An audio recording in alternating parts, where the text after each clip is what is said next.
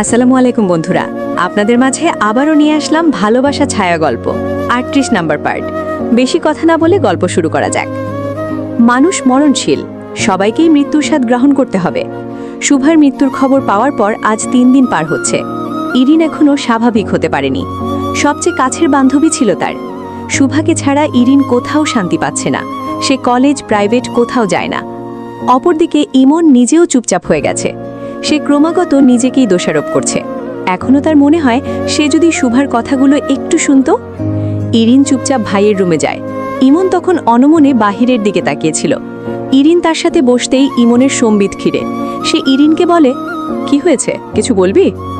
ইরিন কিছু না বলেই হঠাৎই ইমনের কোলে মাথা রেখে শুয়ে পড়ে। ইমন তার চুলে হাত বুলিয়ে দিতে থাকে। ইরিন নিঃশব্দে চোখের পানি ফেলতে থাকে। তার চোখের পানিতে ইমনের ট্রাউজার ভিজে গেলে ইমন টের পেয়ে ইরিনকে বলে, কান্না করছিস কেন পাগলি? ইরিন কান্না ভেজা কণ্ঠে বলে, আমার অনেক খারাপ লাগছে ভাই। আমার শুভাটা অনেক কষ্ট পেয়েছে বল। মানুষ অনেক খারাপ না? কতটা কষ্ট দিল মেয়েটাকে। আমার ভাবতেই শরীরটা কেঁপে ওঠে। ইমন চুপ করে থাকে। আর বলার মতো কিছুই নেই। চোখের সামনে শুভার হাসি মুখটা ভেসে ওঠে। পরক্ষণেই তা মিলিয়ে গিয়ে শুভার কান্না ভেজা মুখ ভেসে ওঠে। ইরিনের মাথা বুলিয়ে দিতে থাকা তার হাতটা থেমে যায়। ইরিন হঠাৎই উঠে বসে ইমনের দিকে তাকিয়ে বলে, ভাই তুই জানিস শুভা তোকে ভালোবাসত। ইমন শকড হয়ে যায়। তার মানে তার ভাবনাই সঠিক ছিল। ইরিন পুনরায় বলে, হ্যাঁ তোকে ভালোবাসত শুভা। আমাদের কথার মাঝে তোর নামটা থাকতই। তুই মেয়েদের সাথে কম মিশতি, এটা তার বেশি পছন্দের ছিল। সে একদিন বলেছিল আমায়, ইরিন একটা কথা বলি তোকে, তুই মাইন্ড করবি না তো কথাটা শুনে? আমার ভাইটাকে অনেক ভালো লাগে। আমি একদিন ওকে জানাবো। জানি ইমন রিজেক্ট করবে, তবুও তো আমি জানাতে পারবো। মনের ভারটা কমে যাবে আমার। ইমনের খুবই খারাপ লাগে। সে শুভাকে ভালোবাসত না, তবে একদম অপছন্দও করত না। মেয়েটার সাথে ইরিনের দুষ্টুমি, হাসি মুখ দেখে সেও অজান্তে হেসে ফেলত। বাসার বাহিরে ইমনের ফার্স্ট প্রায়োরিটি ইরিন। ইরিন যেভাবে খুশি থাকবে সেভাবেই তার শান্তি। আর ইরিন এই সহজ সরল শুভার কাছেই প্রাণ খোলা থাকত। ক্লাসের বাকিদের সাথেও পরিচিতি থাকলেও শুভাই ছিল তার কমফর্ট জোন। তাই এখন শুভাকে হারিয়ে ইরিন একাকী হয়ে পড়েছে। রিদান ভাইয়া বাসায় আসবে আজকে? কোনো দরকার? একটা বিষয়ে কথা বলতাম, সামনাসামনি বললেই ভালো হতো। আচ্ছা আসবো রাতে। রিদান তখন টিউশনি করাচ্ছিল। 2 দিন ধরে ইরিন, ইমন কেউ আসছে না। মাসখানেক হলো রিদানের কাছে তারা আইসিটি কোর্স করছিল। তবে শুভার ঘটনাটার পর থেকে তারা আসছে না। জোন মিলে মরিতে হবে, এটাই ভবতব্য। তাই বলে কারো চলে যাওয়াতে অন্যদের জীবন থেমে যায় না। তেমনি শুভার মৃত্যুর খবর শুনে সবাই কষ্ট পেলেও কারো জীবন থেমে যায়নি। সবার পড়াশোনা, জীবন আগের মতোই চলছে। মাঝে থেকে ইরিন আর ইমনই একটু থেমে গেছে। ইরিনের সাথে রিদানের এমনি কথা হলেও গত 2 দিন ধরে হচ্ছে না। তার মন খারাপ বলে রিদানও আর যোগাযোগ করেনি।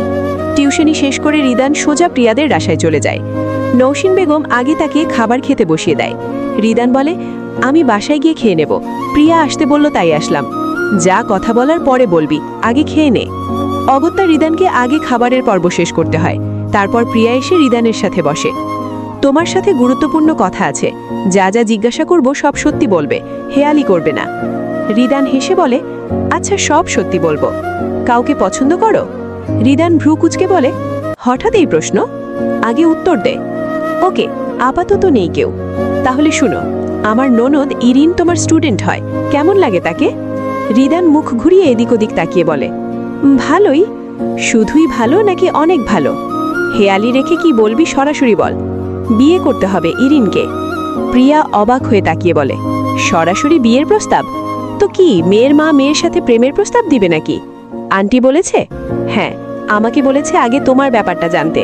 তোমার দিক থেকে অল ক্লিয়ার হলে উনি পরিবারে প্রস্তাব নিয়ে আসবেন। রিদানের মনে হঠাৎ কেমন যেন অনুভূতির সৃষ্টি হয়। ভালো লাগা বুঝি? সে তৎক্ষণাৎ উত্তর দিতে পারে না। তবে প্রিয়াকে আকার ইঙ্গিতে জানায় তার কোনো অসুবিধা নেই। রিদানকে লজ্জা পেতে দেখে প্রিয়ার বেশ হাসি পায়। এতে অন্তত নিশ্চিত হওয়া গেল রিদানের সম্মতি আছে। ইরিনের মানসিক অবস্থা দেখে সুরাইয়া বেগম চিন্তিত হয়ে পড়েছেন। তাই রিদানের সাথে কথা বলতে বললেন প্রিয়াকে। যদি সম্মতি থাকে তবে যাতে সামনে আগানোতে বাধা না পড়ে। এখন চাইলেই রিদান একটু ইরিনকে বাহির থেকে ঘুরিয়ে আনতে পারবে। মেয়েটা ঘরে বসে থেকে মানসিক আরও দুর্বল হয়ে পড়ছে। 2 দিন ধরে পিয়াসের কাজের চাপ বেড়েছে, তাই সে কারো সাথে যোগাযোগ করতে পারছে না। প্রিয়া বারবার করে খোঁজ নেবার চেষ্টা করলেও পারছে না। পিয়াস মাঝে একবার ফোন করে জানিয়েছে সে অনেক ব্যস্ত, সব গ্লু পাওয়া শেষ, সুযোগ মতো অপারেশনে নামবে তারা, তাই যোগাযোগ করা সম্ভব নয়। তবে প্রিয়া তার খবর নিতে না পেরে আরও টেনশন করছে। প্রিয়ার মন কেমন যেন লাগছে, মনে হচ্ছে কিছু একটা ঠিক হবে না, মনটা ফাঁকা ফাঁকা লাগছে। পিয়াসের টেনশনে তার আরও নাওয়া খাওয়া বন্ধ হয়ে গেছে। একদিকে পিয়াস নিজের দায়িত্ব পালনে ব্যস্ত, অপরদিকে তার ওয়াইফ প্রিয়া স্বামীর টেনশনে ব্যস্ত। যদি পিয়াসের সব খবর পাওয়া যেত তাহলে অন্তত নিশ্চিত থাকা যেত, তবে এমন ধোঁয়াশা খবর তাকে আরও চিন্তায় ফেলে দিচ্ছে। এই একটা কারণেই সে ডিফেন্সের চাকরিকে পছন্দ করে না। তার মতো ইরিন, তোমার সাথে আমার জরুরি কথা আছে, সময় হবে তোমার? জি বলুন। এভাবে নয়, সরাসরি দেখা করে কথাটা বলতে চাই। এটা কি করে সম্ভব? আম্মু বেরুতে দিবে না। সেটা আমি দেখব, তুমি তোমার টাইম বলো। ইরিন চিন্তিত হয়ে পড়ে। রিদান কি এমন বলতে চায় তাকে? কেমন যেন রিদানের কথাবার্তা স্বাভাবিক লাগছে না। আবার দেখা করতে চাচ্ছে কেন? ইরিন গিয়ে সরাসরি তার মাকে কথাটা জানায়। অদ্ভুত ব্যাপার হলো, তিনি রাজিও হয়ে গেছেন। মেয়েকে একটা ছেলের সাথে দেখা করতে পাঠাতে তিনি রাজি। তবে ইরিন বেঁকে বসে, সে একা যাবে না, ইমনকেও সাথে যেতে হবে। ফলস্বরূপ ইমনকেও তৈরি হতে হয়। বোকা ইরিন কিছু না বুঝলেও ইমন সবটাই বুঝে যায়, কারণ ইরিনের অগোচরে প্রিয়ার সাথে সুরাইয়া বেগমের কথা হয়েছিল, তখন সেখানে ইমনও উপস্থিত ছিল। তবে এখন বোনের জোড়াজড়িতে তাকেও যেতে হয়। শহরের একটা রেস্টুরেন্টে রিদান তাদের জন্য অপেক্ষা করছিল। কথা ছিল সে নিজে গিয়ে ইরিনকে নিয়ে আসবে, তবে ইমন সাথে আসায় তাকে যেতে হয় না। রিদান এই মুহূর্তে খুবই নার্ভাস ফিল করছে। সবটা জানার পর ইরিনের রিয়াকশন কি হবে? যদি সবটা গোলমেলে হয়ে যায় তবে? কিছুক্ষণের মাঝে সেখানে ইরিন আর ইমন উপস্থিত হয়। ইরিনের এক হাত ইমনের মুটিয়ে বন্ধি। মেয়েটা বড্ড তিরিং বিরিং করে। রিদান উঠে দাঁড়ায়। ভেতরে ভেতরে একটা চাপা টেনশনের মাঝেও সে মুখে হাসি ফুটিয়ে তোলার চেষ্টা করে। ইমন মুচকি হেসে তাদের একাকী রেখে চলে যেতে চায়। এই মুহূর্তে ইরিন কেমন নার্ভাস ফিল করে, হয়তো সে পরিস্থিতি আন্দাজ করতে পারছে। সে ইমনের হাত ধরে যেতে দিতে চায় না। ইমন তাই ফিসফিসিয়ে বলে, তোরা কথা বল, আমি পাশের টেবিলেই আছি। ইমন গিয়ে পাশের টেবিলে বসে। নীরবতা ভেঙে রিদান গলা খাকারি দিয়ে বলে, ভয় পাচ্ছ ইরিন? ইরিন সরলভাবে উপর নিচ মাথা নাড়ায়। রিদান হেসে ফেলে, তাকে রিল্যাক্স ফিল করাতে বলে, কি খাবে? অর্ডার দাও। অনেক কিছু, মানে আমি যত কিছু ইচ্ছা অর্ডার দাও, বিল আমিই দিচ্ছি। রিদানকে ঘন ঘন হাসতে দেখে ইরিন অবাক হয়। যে ব্যক্তি তাকে সহ্যই করতে পারত না, তার এমন মধুর আচরণ তাকে টেনশনে ফেলে দিচ্ছে। রিদান ইমনের জন্যও খাবার অর্ডার দিয়ে দেয়। ইমন চারপাশ না দেখে ফোনে মনোযোগ দেয়। শেষমেশ ইরিন বলেই ফেলে, কিছু বলতে চান আপনি? এভাবে ডেকে আনলেন যে? চাই বলেই তো ডেকেছি। বলুন তবে। রিদান অপেক্ষা করে। তাদের অর্ডারকৃত খাবার আসতেই ইরিনকে খেতে বলে। ইরিন মিল্কশেকে চুমুক দেয়। এই গরম আবহাওয়ায় ঠান্ডা ঠান্ডা মিল্কশেকে প্রাণ জুড়িয়ে যায়। ইরিনকে স্বাভাবিক হতে দেখে রিদান বলে ওঠে, আমি অত ভনিতা করতে পারবো না ইরিন, সোজা সাপটা জানাচ্ছি, আমি তোমায় ভালোবাসি, তোমায় বিয়ে করতে চাই, আমাদের পরিবারও রাজি, এখন শুধু তোমার সম্মতি লাগবে। ইরিন তক্ষুনি মাত্র স্ট্রয়ে চুমুক দিয়েছিল। রিদানের কথা শোনা মাত্রই সে বিষম খেয়ে যায়। পাশের টেবিলে বসা ইমন উঠে আসতে নিলে দেখে রিদান হন্তধন্ত হয়ে ইরিনের কাছে গিয়ে তাকে শান্ত করার চেষ্টা করছে। ইমন তা দেখে পুনরায় বসে পড়ে। রিদান ইরিনের মাথায় হাত রেখে বলে, সরি, হঠাৎ এভাবে বলার জন্য, খারাপ লাগছে এখনো? ইরিন কোনো রকমে মাথা নেড়ে বুঝায় সে ঠিক আছে।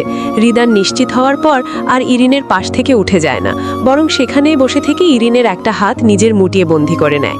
ইরিন লজ্জায় মাথা নামিয়ে নেয়। এভাবে সরাসরি বিয়ের প্রস্তাব দিলে কি রিয়াকশন দেওয়া উচিত তার জানা নেই, তাই সে তৎক্ষণাৎ কিছুই বলতে পারে না। শুধু লজ্জা রাঙা মুখ নিয়ে মাথা নিচু করে উত্তর সাজানোর চেষ্টা করতে থাকে। রাতটা যেন অস্বাভাবিকভাবে ভারী হয়ে আছে। বাতাসেও এক অজানা উত্তেজনা বয়ে চলছে। আজই প্রিয়াসদের সম্ভাবনা অনুযায়ী অপারেশন চালাতে হবে, তবে তার আগে সবার পরিবারে কথা বলে নিতে হবে, কারণ কখন কার কি হয়ে যেতে পারে তার নিশ্চয়তা নেই। পিয়াস একপাশে গিয়ে বাড়িতে মাকে ফোন করে। মায়ের সাথে কিছুক্ষণ ভালো মন্দ কথা বলে। মোটেও বুঝতে দেয় না আজকের অপারেশনের কথা, নয়তো তিনি টেনশনে ঘুম হারাম করে বসে থাকবেন। তারপর ফোন করে প্রিয়ার নম্বরে। প্রিয়া ফোন রিসিভ করতেই প্রিয়াসের ভারী নিঃশ্বাস শুনতে পায়। প্রিয়া নিচু স্বরে বলে, কেমন আছেন? ভালোবাসি। প্রিয়া চমকে ওঠে। এমন প্রশ্নের উত্তরে ভালোবাসি শুনতে এসে মোটেও প্রস্তুত ছিল না। কি বললেন? ভালোবাসি। হঠাৎ? কেন? আমি এমন কথা বলতে পারি না? পারেন, তবে হঠাৎ এমন সময় বলছেন যে? পিয়াস উত্তর দেয় না। প্রিয়া কিছু না বুঝে বলে, কোথায় আপনি? খাওয়া দাওয়া করেছেন? কিছু হয়েছে আপনার? কেমন অস্বাভাবিক লাগছে আপনার কথাবার্তা। উহু, আমি ফিরব প্রিয়া, খুব শীঘ্রই তোমাকে আমার কাছে নিয়ে আসব। বুকটা কেমন খা খা করছে আমার, তোমায় খুব জড়িয়ে ধরতে মনে যাচ্ছে। প্রিয়া চোখ বুজে ফেলে, ভারী নিঃশ্বাস ফেলে বলে, চলে আসুন তাড়াতাড়ি, আমি আপনার অপেক্ষায় আছি। ফিরুন আমার কাছে, আমি আমার বুকে আপনাকে খুব যত্নে আগলে রাখব। দেখবেন সব খারাপ লাগা ভ্যানিশ হয়ে যাবে। প্রিয়ার এমন কথায় পিয়াস আরও দুর্বল হয়ে পড়ে। একটু পরের অপারেশনের কথা মাথায় আসতেই সে নিজেকে শক্ত করে নেয়। মোটেও দুর্বল হওয়া যাবে না, মাথার ওপর অনেকগুলো দায়িত্ব আছে। তার উপর একটা দায়িত্ব মেয়েগুলোকে সুস্থভাবে উদ্ধার করা। চোখের সামনে ভেসে ওঠে শুভার নিথর দেহটা। জানোয়ারগুলোকে শাস্তি না দিলে শুভার আত্মাও শান্তি পাবে না। সাম্য অপেক্ষা করছে নিজের বোনটাকে চোখের সামনে দেখতে, আদরে নিজের বুকে আগলে রাখতে। অনেক দায়িত্ব তার, সবাইকে নিরাপদে উদ্ধার করতে হবে, আর দোষীদের শাস্তির ব্যবস্থা করতে হবে। ক্যান্টনমেন্টের অপারেশন রুমের সামনে দাঁড়িয়ে আছে পিয়াস। বড় স্ক্রিনে বর্ডারের ম্যাপের ছবি ভাসছে। কিছু অংশ রেড জোন হিসেবে চিহ্নিত করা হয়েছে। তার মধ্যে একটা অংশ রহিমের সম্ভাব্য লোকেশন বলে শনাক্ত করা হয়েছে। ক্রমাগত রহিমের লোকেশন ট্র্যাক করা হচ্ছে। সে কোথা থেকে কোথায় যাচ্ছে তা চিহ্নিত করা হচ্ছে। লোকেশনগুলোকে একটাকেও ফাইনাল লোকেশন হিসেবে ধরা হয়নি, কারণ হতেও পারে তাদের ব্যাপারটা আগেই জেনে গিয়ে তাদের ডিস্ট্র্যাক্ট করার চেষ্টা চলতে পারে। তাই রহিম কোথায় কতক্ষণ অবস্থান করছে তা মিলিয়ে সিদ্ধান্ত নেওয়া হবে। অপারেশনের জন্য 3টি টিম বাছাই করা হয়। প্রথম টিম সরাসরি অপারেশনে অংশ নেবে, দ্বিতীয় টিম চারপাশ ঘেরাও করে রাখবে, আর ব্যাকআপ হিসেবে আরেকটি টিম প্রস্তুত রাখা হয়েছে। তাছাড়া উদ্ধারের জন্য রেস্কিউ টিম আর তাৎক্ষণিক চিকিৎসার জন্য মেডিকেল টিমও প্রস্তুত রাখা হয়েছে। প্রথম টিমে মেজর পিয়াসের সাথে আরও 2 জন মেজর আর তাদের টিম মূল অপারেশনে অংশ নেবে। দলের মূল মাথা হিসেবে রহিমের লোকেশন ট্র্যাক করে তারা মূল অবস্থান শনাক্ত করে ফেলে। প্রাথমিকভাবে রেকি করার জন্য সাধারণ পোশাকে আর্মির কয়েকজন সদস্য নিশ্চিত হতে যায়। অন্যদিকে পিয়াসরা নাইট ভিশন গগলস আর অস্ত্র নিয়ে তৈরি হয়ে আছে। রেকি করতে যাওয়া সদস্যদের কাছ থেকে সংকেত পাওয়া মাত্র তারা দ্রুত অপারেশনে নেমে পড়ে। গল্পটা কেমন লাগলো অবশ্যই জানাবেন, আর যারা এখনও সাবস্ক্রাইব করেন নাই তারা অবশ্যই সাবস্ক্রাইব করে দেবেন। ধন্যবাদ।